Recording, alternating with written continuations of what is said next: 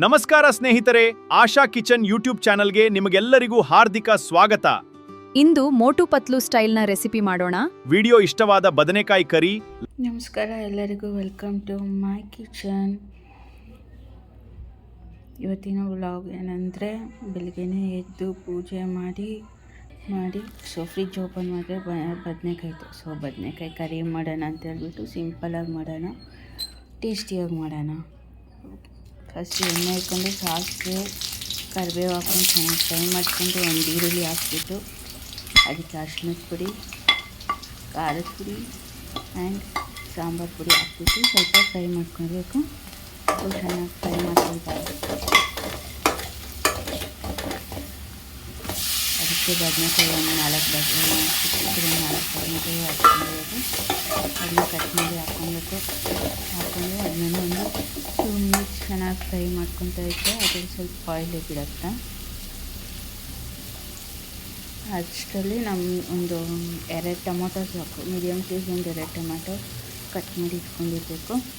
ಇದು ಸ್ವಲ್ಪ ಫ್ರೈ ಆದಮೇಲೆ ಆಮೇಲೆ ನಾವು ಟೊಮೆಟೊ ಹಾಕ್ಕೊಬೇಕು. ಯಾವುದೇ ನೀರು ಹಾಕ್ಬಾರ್ದು, ಏನೂ ಇಲ್ಲ. ಸೊ ಚೆನ್ನಾಗಿ ಬರೀ ಆಯಿಲಲ್ಲೇ ಫ್ರೈ ಮಾಡ್ತಾ ಇರಬೇಕು. ಅದನ್ನು 2 ಮಿನಿಟ್ಸ್ ಆದಮೇಲೆ ಇವಾಗ ನಾವು ಕಟ್ ಮಾಡ್ಕೊಂಡು ಟೊಮೆಟೊ ಹಾಕಿ ಚೆನ್ನಾಗಿ ಫ್ರೈ ಮಾಡಬೇಕು ಆಯಿಲಲ್ಲಿ.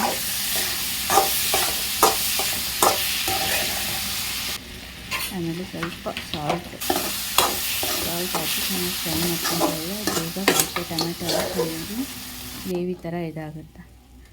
ಅದಕ್ಕೆ ಹುರಿದಿಟ್ಕೊಂಡಿರೋ ಕಡಲೆ ಬೀಜ ಜಸ್ಟ್ ಜಜ್ಜಿಬಿಟ್ಟು ಹಂಗೆ ಹಾಕ್ಕೊಬೇಕು. ಅದಕ್ಕೆ ಸ್ವಲ್ಪ ಕೊತ್ತಂಬರಿ ಹಾಕ್ಕೊಂಡು ನಾವು ಸುಮ್ಮನೆ ಫ್ರೈ ಮಾಡಿ ಇಡಬೇಕು. ಅದನ್ನ ಒಂದು ಫ್ರೈ ಮಾಡಿ ಒಂದು 2 ಮಿನಿಟ್ಸ್ ಕ್ಲೋಸ್ ಮಾಡಿಬಿಡಬೇಕು.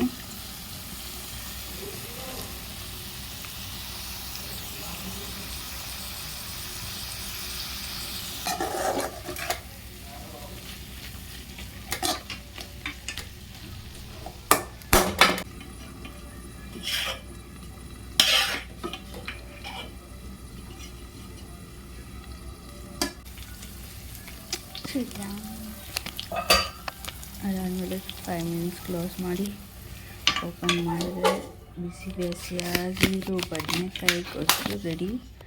ಬಿಸಿ ಬಿಸಿ ಅನ್ನದಲ್ಲಿ ಹಾಕ್ಕೊಂಡು ತಿಂತಾಯಿದ್ರೆ ಸಖತ್ತಾಗಿರುತ್ತೆ ಟೇಸ್ಟು. ಟ್ರೈ ಮಾಡಿ, ಕಮೆಂಟ್ ಮಾಡಿ, ಲೈಕ್ ಮಾಡಿ. Thank you friends.